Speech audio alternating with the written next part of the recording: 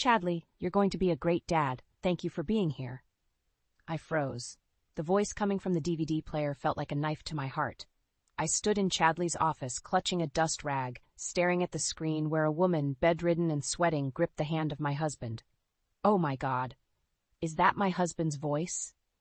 I murmured, unable to tear my eyes away. Liz, Helen's voice broke my trance. She stepped into the room, her face a mask of concern. I think you should put this DVD back for now. We'll figure this out. I ejected the DVD, my hands trembling as I placed it back in its case, careful not to look at the printed label that stared back at me. Rachel's baby. Helen closed the office door behind us as we left. When we were in the kitchen, Helen poured 2 cups of coffee and sat across the table from me. Liz, I know this is shocking, but let's stay calm. We need to understand what's going on. I grasped my cup, trying to draw warmth from it, but it only made the growing chill inside me more apparent. But if it's true, what does it mean for us? Helen sighed, staring into her coffee. We need to find out more before jumping to conclusions. I'll support you, no matter what we discover. She reached out and squeezed my hand, her touch grounding me for a moment. That night, sleep came reluctantly. My mind was a carousel of images. Chadley in the delivery room, his soothing whispers to this woman, Rachel. Part of me wanted to confront him right away, but Helen's words echoed in my mind. We needed answers, and hasty actions wouldn't bring them. In the morning, Helen suggested we hire a private investigator. Liz, you're running your business and dealing with enough stress. Let professionals handle this. You're right. I took a deep breath, feeling the weight on my shoulders, but trying to stay strong. I'll call someone today. By noon, I had an appointment set with Jake Fulton, a private investigator. I want to know everything about Rachel and Chadley's involvement, I told him as we sat in his small office. Jake nodded, his expression one of practiced empathy. We'll get the answers you need. I'll start right away. Over the next few days, Helen and I kept our conversations to necessary topics. Chadley noticed my distant demeanor, but attributed it to my workload. He had no idea about the storm brewing. Jake reported back quickly. Rachel Miller, he began, unfolding what seemed like a saga about my husband's other life. Chadley's frequent business trips, many were visits to her. She lives just 2 towns over. As the pieces clicked into place, my anger bubbled but stayed controlled. Any sign of another man? I asked, remembering the name Dan from the dossier Jake handed us. Jake nodded. Dan Parker. He believed he was the father of Rachel's child. Helen and I decided we needed to talk to Dan. Maybe he had answers or pieces of the puzzle we still missed. Meeting him at a local diner, the air was thick with tension. Dan, we need to talk about Rachel, I began, feeling a strange camaraderie with this man I had never met. His eyes widened with mixed emotions. What's this about? He demanded. Through shared pain, we pieced together a story of deception. Dan had been as fooled as I was. Together, we planned to confront Rachel and Chadley, 2 deceivers caught in their web of lies. Helen's eyes gleamed with determination the next morning. We need to set the stage for this revelation properly. I gave a weary smile. Chadley's birthday is coming up. Perfect timing, isn't it? She nodded. Everyone deserves to know the truth, Liz. But how? I asked, the enormity of the task weighing on me. We'll figure it out, Helen assured me, squeezing my hand once more. We have to. The plan was set in motion. Secrets ready to be unveiled, actions poised to shatter our facades. The kitchen table turned into our war room. Helen and I sifted through the evidence Jake had gathered. Photos, receipts, and notes on Chadley's movements painted a picture of betrayal. There's no denying it now, Helen said, her voice steady but eyes glistening with a mix of anger and sadness. We have to face reality. I nodded, clutching a receipt from a fancy hotel I had never visited. It's worse than I imagined. The tears I had been holding back began to fall. Helen reached over, her hand warm and comforting. Liz, don't panic. We need to understand what's going on. Jumping to conclusions won't help. But if it's true, what does it mean for us? I choked out, the enormity of the situation hitting me all at once. Helen took a deep breath. It means we need to be smart about our next steps. You'll take a break from your business. We'll hire a lawyer to protect your interests. My life felt like it was spiraling out of control. I had to keep my composure, not just for myself, but for the future. I still hoped I could rebuild from this mess. I trusted Helen's wisdom. She had been a rock and a second mother to me. When nighttime fell, the house felt foreign. Chadley came home, kissed my cheek absent-mindedly, and retreated to his study. I sat stiffly on the couch, trying to act normal. The sound of his laughter on old nights felt like a cruel joke now. The following day, I found myself in the polished office of Kim Hathaway, a seasoned family lawyer. Helen joined us for moral support. "Liz, tell me what you know so far," Kim prompted, her eyes sharp and attentive. I handed her the folder of evidence we had compiled. "I want to know what can be done. I think he has another family." Kim's face softened, but her professional demeanor remained intact. "First, we'll file for a separation. I'll also get a restraining order if necessary. Let's take it step by step." Her words gave me a sense of direction. "What about Rachel? Is there any legal action we can take against her too?" Kim leaned back, contemplating. "If she's defrauded you and Dan, there might be grounds, but we need irrefutable evidence first." We thanked her and left the office with a clearer plan. My resolve hardened with each step I took. I had lost enough sleep, enough joy. It was time to reclaim some control. Back home, Helen and I reviewed the newly gained information about Dan. The man seemed genuine, as hurt by Rachel's lies as I was. We decided to confront him directly, hoping to form a united front. Meeting Dan had been tense, but oddly cathartic. Joining forces felt like a step toward justice. The next big hurdle was Rachel. We tracked her down to a small cafe she frequented. Helen and I walked in, our presence immediately capturing Real's attention. Her smile vanished, replaced by a mask of wariness. "Rachel," I began, my voice surprisingly steady, "we need to talk. Now." She hesitated, then nodded, motioning us to a secluded corner. Her discomfort mirrored my own. "What do you want?" Rachel asked, eyes darting between us. "Answers," I replied firmly. "We know about Chadley and the child." Her eyes flashed with something. Guilt, fear, perhaps both. "I don't know what you think you know," she started. "No games," Helen interjected, her voice cold but controlled. "We have evidence. Your lies end here." Rachel's shoulders slumped slightly, and I could see the fight leaving her. She realized the game was up. "Fine," she said quietly. "I'll tell you everything." Her admission felt like a victory, but also a bitter confirmation of our worst fears. The path ahead was clear now. We needed to expose Chadley, and it began with a confrontation that would shake our family to its core. My fingers tapped restlessly on the desk as Jake updated me on the latest findings. The private investigator's office felt suffocating, crammed with files and the scent of stale coffee. "Liz," Jake started, adjusting his glasses. "We've uncovered more about Rachel. She's been living off Chadley's money. They've also co-signed on an apartment lease." Helen gripped my shoulder, her fury barely concealed. "So he's been funding her life while we struggled? Unbelievable." I sank deeper into my chair, feeling a cocktail of betrayal and determination. "And Dan? What's his involvement?" Jake handed over a series of surveillance photos. "Rachel's been stringing him along, making him believe he's the father. He's been covering additional expenses, private school applications, medical bills." Helen's eyes narrowed. "Rachel's been playing everyone for fools." I took a deep breath, trying to keep my voice steady. "What about business trips? How often did he visit her?" "More than half," Jake replied, flipping through some documents. "She lives in a neighboring town, but they met up during business trips too. She has proof of their meetings, texts and emails." "Rachel's been smart," Helen muttered, "but not smart enough." There was a pause before Jake spoke again. "What's the next step for you, Liz?" I clenched my fists. "I want every detail exposed. Let's talk to the lawyer. That woman, Rachel, she must be held accountable too." Kim Hathaway's office was as pristine as ever. She listened intently as we described Rachel's manipulations. "Liz," Kim began, "your situation warrants comprehensive action. We'll start with legal separation from Chadley.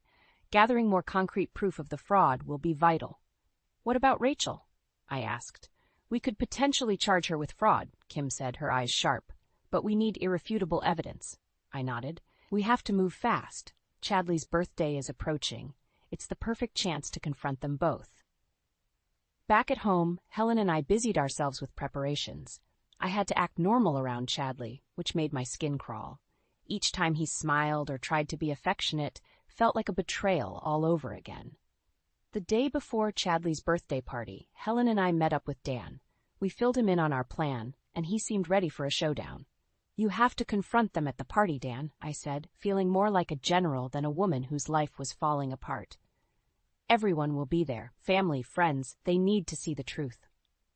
Dan looked grim but determined. "I'll be there." The day of the party arrived. Helen and I moved through the motions of hosting as if everything was perfect. Guests filled the living room, laughing and chatting, unaware of the storm brewing.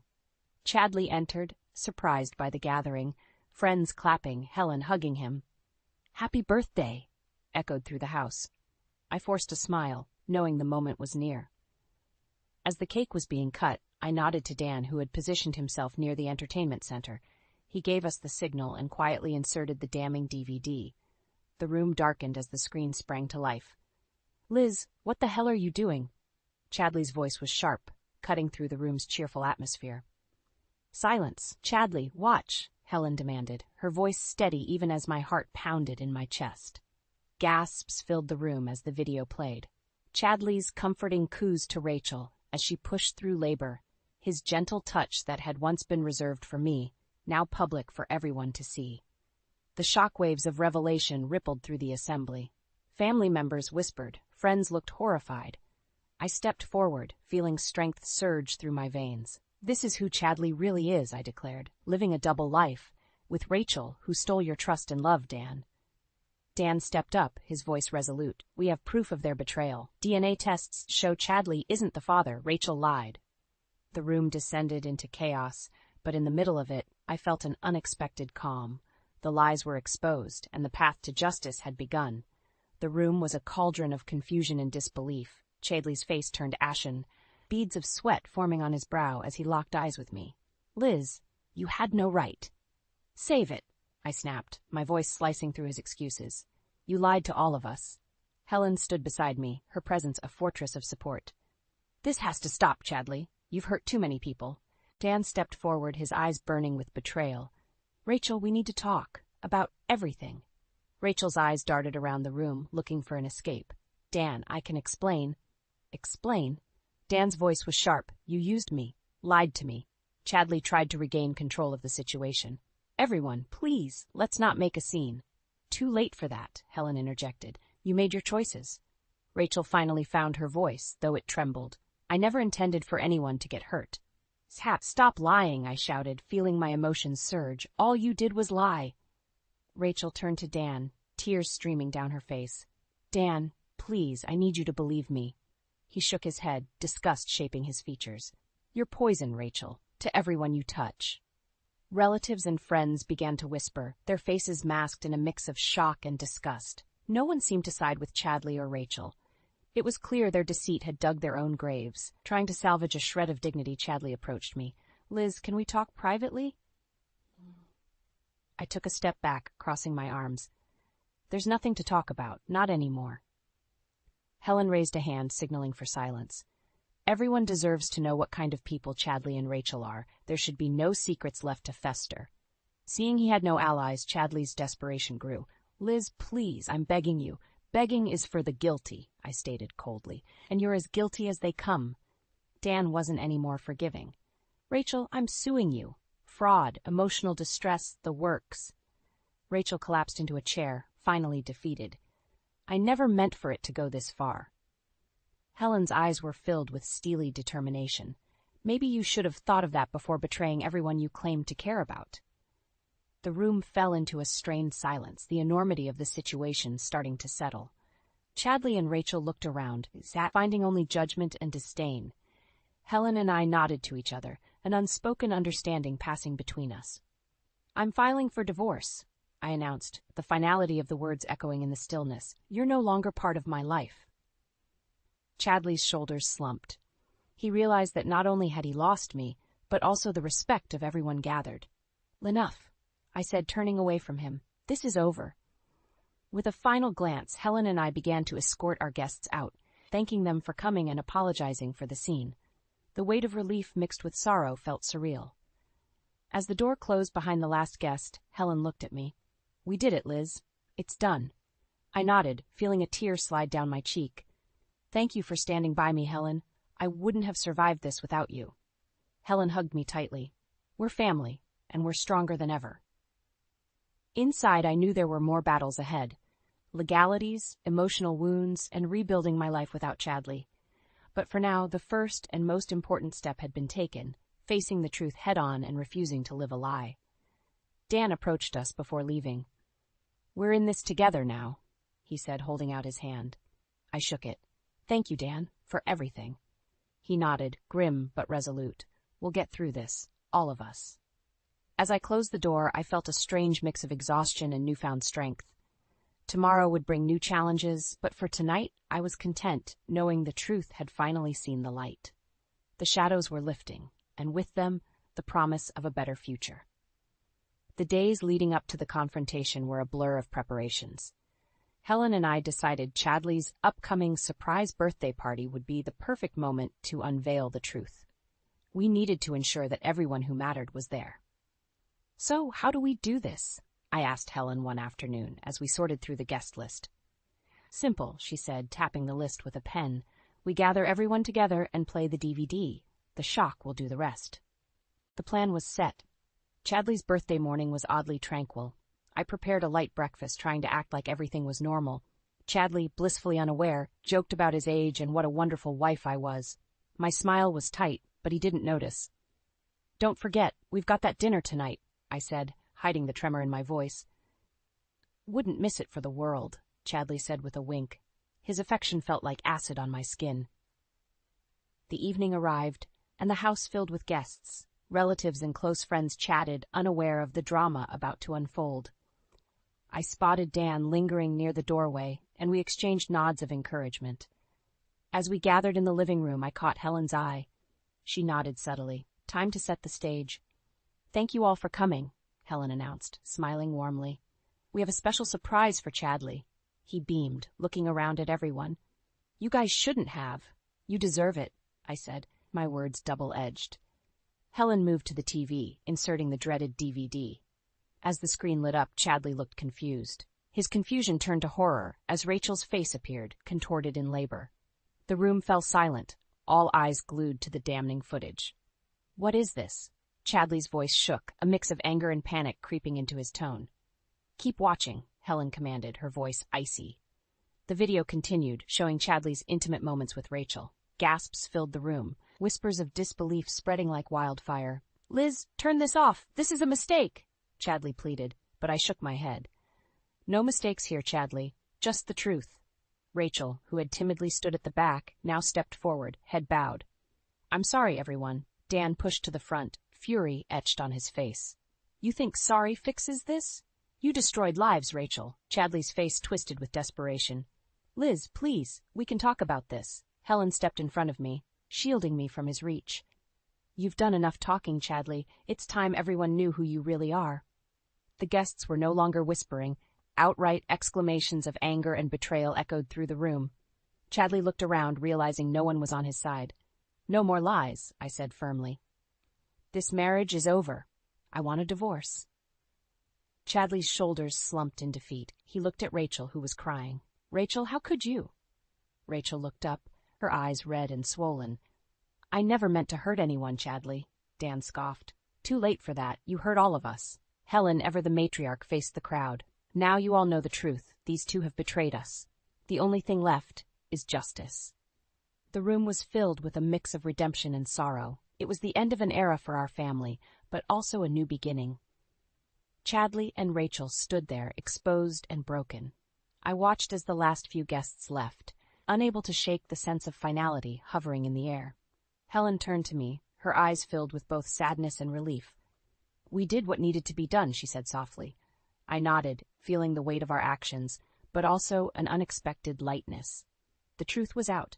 Now we could begin to heal. We'll get through this, Liz, Dan said, placing a reassuring hand on my shoulder. All of us. Helen gave me a tight hug. We're here for each other now. Always.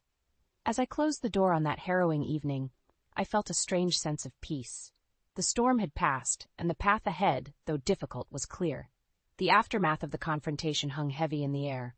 Chadley and Rachel were in shambles, their charades demolished. The room had emptied, but the echo of their deceit lingered.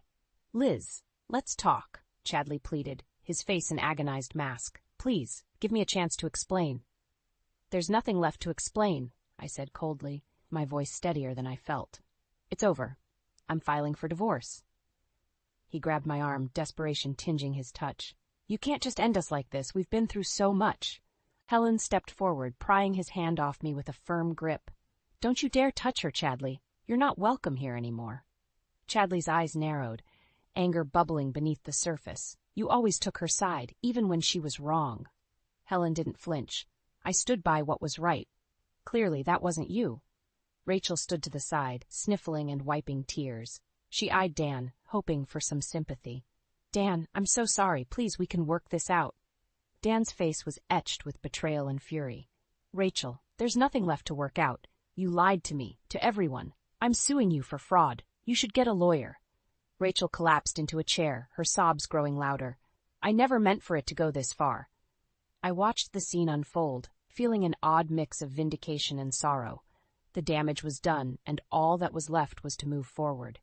Chadley turned to me with pleading eyes.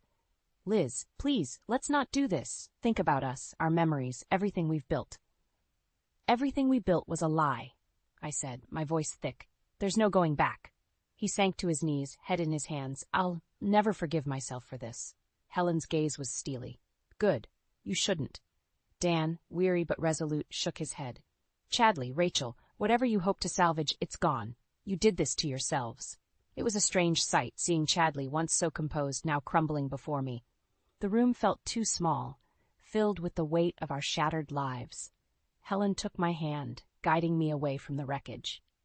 "We have preparations to make," she said softly. "This is just the beginning." The next few days were a whirlwind of legal meetings and paperwork. Kim Hathaway guided us meticulously through the process, ensuring I was protected. Dan was relentless in his pursuit of justice against Rachel. "We need to finalize the DNA tests," Kim instructed. "Dan, if this goes to court, we need irrefutable proof." Dan nodded, a hardened look settling on his face. "We will." Throughout the ordeal, Helen remained my rock. "You're doing the right thing, Liz. We'll come out stronger." One evening, we sat in the living room, the silence thick between us. I finally voiced the question that had been haunting me. "Helen, do you think I'll ever feel normal again?" She wrapped an arm around my shoulders. "Normal might look different, but yes, you will find peace again." Finally, the day came for Chadley to move out. His presence felt ghostly as he packed, casting hollow glances around our home. He tried to speak, but I cut him off. "Save your breath, Chadley. There's nothing you can say that will change this." As he walked out the door, bags in hand, a heavy silence filled the space he left behind.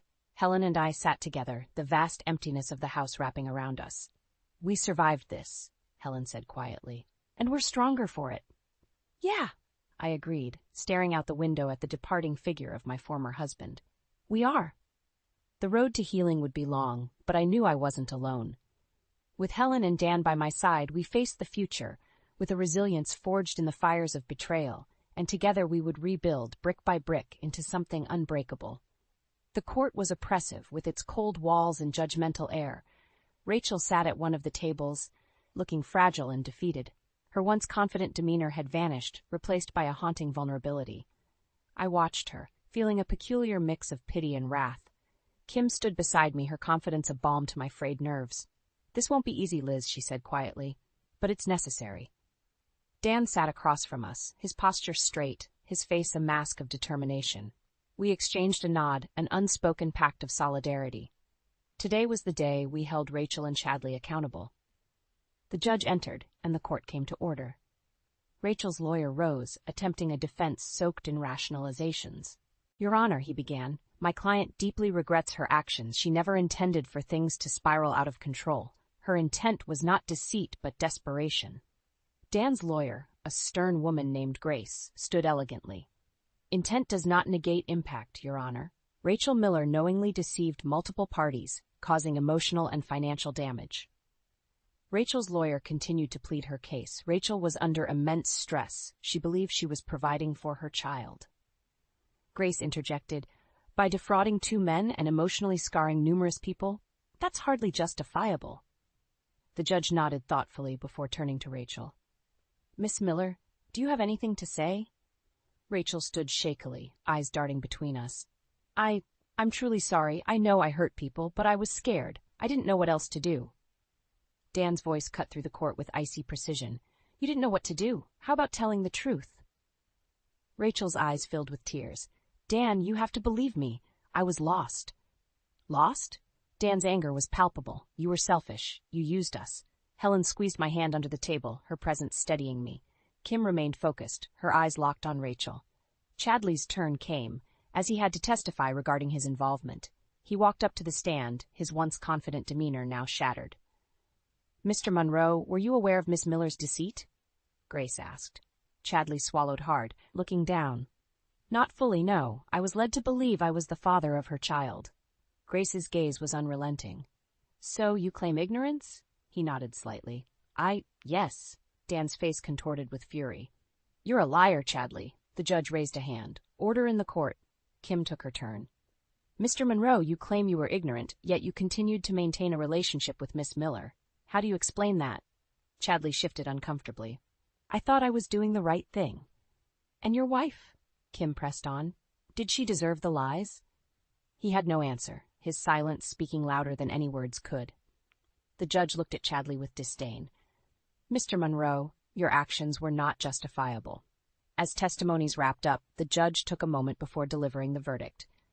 In light of the evidence and the profound deceit involved, I find Rachel Miller guilty of fraud and emotional distress.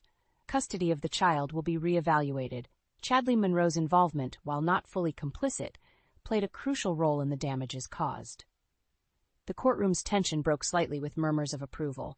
Dan looked relieved, though still burdened by the ordeal. Helen gave my hand a final squeeze. Justice, she whispered. Outside the courtroom, Dan approached me. We did it, Liz. We stood up for ourselves. I nodded, finally feeling a semblance of closure. Yes, we did. Chadley walked past us, eyes downcast. He stopped briefly as if to say something, but then continued walking away without a word. Rachel was taken into custody, leaving behind a mess of shattered lives. Despite the relief of justice, a lingering sadness remained. The damage was done, the wounds deep. Helen, Dan, and I walked out together, finding solace in unity. We'll heal, Helen said, her voice a promise. Dan added, we have each other now. We'll get through this. As we stepped into the fresh air, I felt a weight lift.